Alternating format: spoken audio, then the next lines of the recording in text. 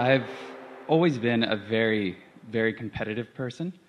And in my fighting career, I've been doing martial arts for 2/3 of my life. I've always found that setting a goal and then putting effort into it was the way to achieve it. Well, having an intention and moving toward it is the greatest satisfaction in life. And maybe that's what you're talking about. And when you're satisfied, all providence moves too. That is the process. So it's nice that what felt best to you is exactly what we've been teaching and what works. And what were your first words? I've always been a selfish person, which means I've been listening to my guidance about my alignment with Source. Don't you love knowing that that's been what you've been doing? Yeah, I just got a little goosebumps. Yeah. Okay. Did you all follow that? That was important. But one thing that through listening through all of these conversations that we've had is that it shouldn't feel like effort, or it shouldn't be effort. But to me, well, I mean, I guess in martial arts and fighting and anyone who's ever played sports or weightlifted knows that when you do that action, the next day hurts. It physically hurts.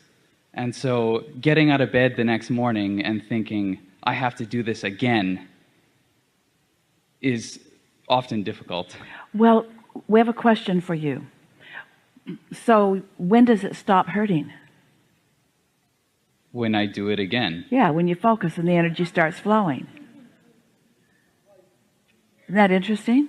When you're focused and the energy is flowing and there's no resistance. So what thoughts are you having that are different than those thoughts? In other words, as you make the distinction between the thoughts that call the energy and allow the energy to flow and the thoughts that cause you to get stiff and sore in your body, so how can you keep the energy flowing? So do you think, this is a good conversation to have, so do you think that the desire to prevail in the competition, the desire for success, calls more energy than going to bed? It does for me. So in which case are you more focused? In the going out and doing. And in which case is there more momentum and more longevity of energy flowing? When I'm in the action of doing. So do you think it's possible that you could keep energy flowing on a different subject? In other words, you're not wanting to win a tournament while you're sleeping, but is there something that you might think to keep the energy flowing other than I'm going to wake up sore tomorrow?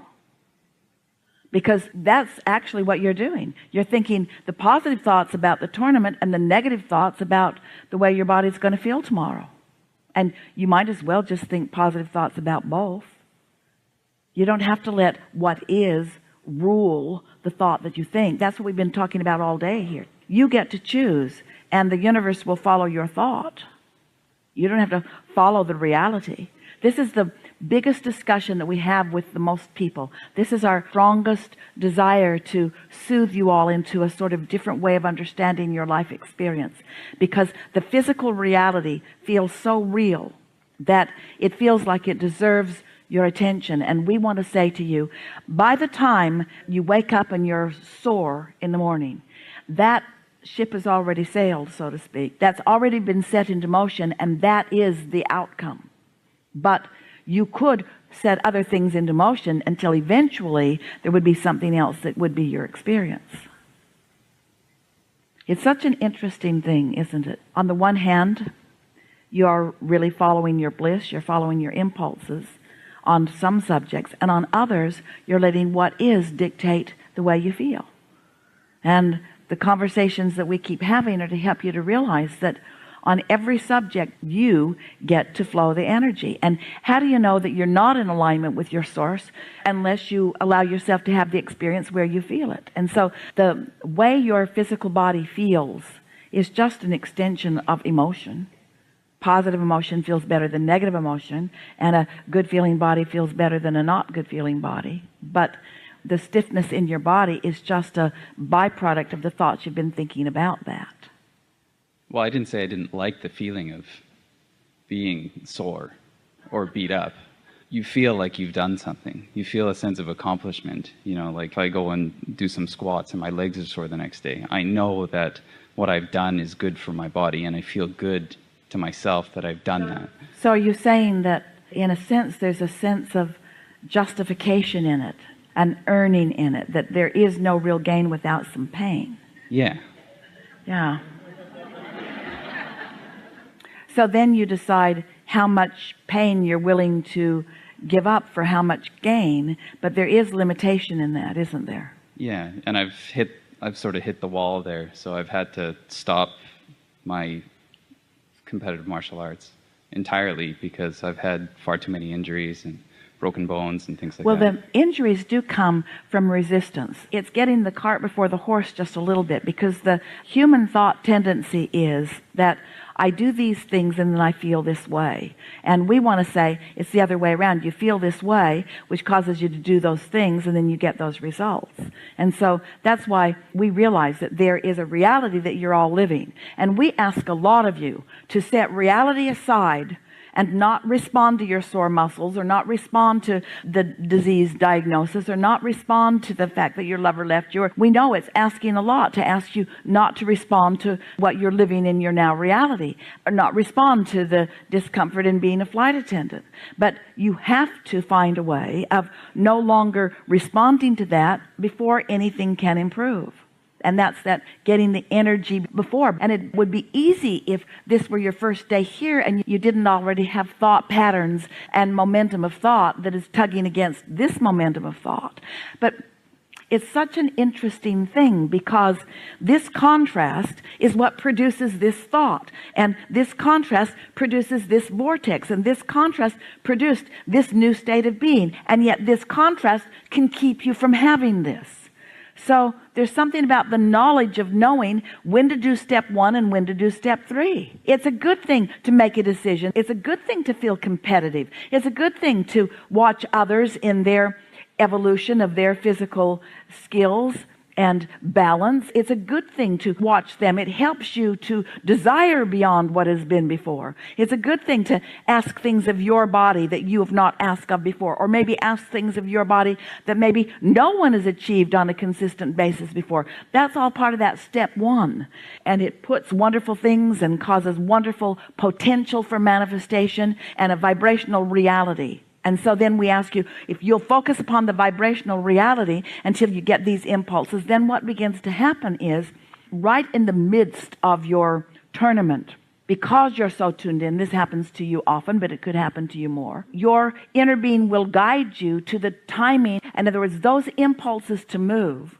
will be based not only upon what your intentions are, but where your competitive partner is in the process. You'll do this dance with your inner being a stronger partner in the process. And when you're dancing more with your inner being as a partner in the process, then there's less resistance within you. So there's less effort that is involved, and there's less tension in your body, and then there's less negative repercussions that follow that.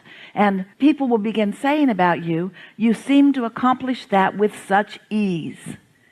And your response, you might not want to say it out loud because they may or may not be ready to hear it, but your response is, I'm utilizing the energy that creates worlds to my leveraged advantage, which doesn't just mean strength, it means timing. And by timing, we don't just mean timing apart from anybody else that you're involved with. It has everything to do with everybody else that you're involved with. Your inner being knows things about your partner that you may be sensing to some degree, but the more you're in tune with your inner being, the more you'll be sensing what's really going on. And don't you find that timing is everything? If there are two people that come together and they're pretty equal in their size and pretty equal in their strength and pretty equal in their strength training, and you've both trained yourself to the capacity of whatever a physical human body can do, then what makes the difference? It's timing. It's timing and alignment and a surge of energy at the right time and a placement of that energy in the right place and an understanding. Isn't all of that what you've come to know? And how do you know it? Because your inner being knows it. And when you don't know it, then there's some resistance. When you're involved in the process of that, do you ever find yourself second guessing yourself, or do you feel pretty sure about what you're doing? I think it depends on the opponent, but yeah, there are definitely times when I've been in the middle of a fight and my body will just do something and I don't even know how it We comes so together. loved your response because we want you to hear this and always remember it. The only opponent you have is you. Your thought about the other one causes you to oppose yourself. Nothing else matters because it's all about energy. And if there's someone who knows this, and often they are, and there's someone tuned in, tapped in, turned on, and they're following impulses, and the two of you get together, it is the match of the century. It is a dance that makes jaws drop. It is a beautiful thing to behold.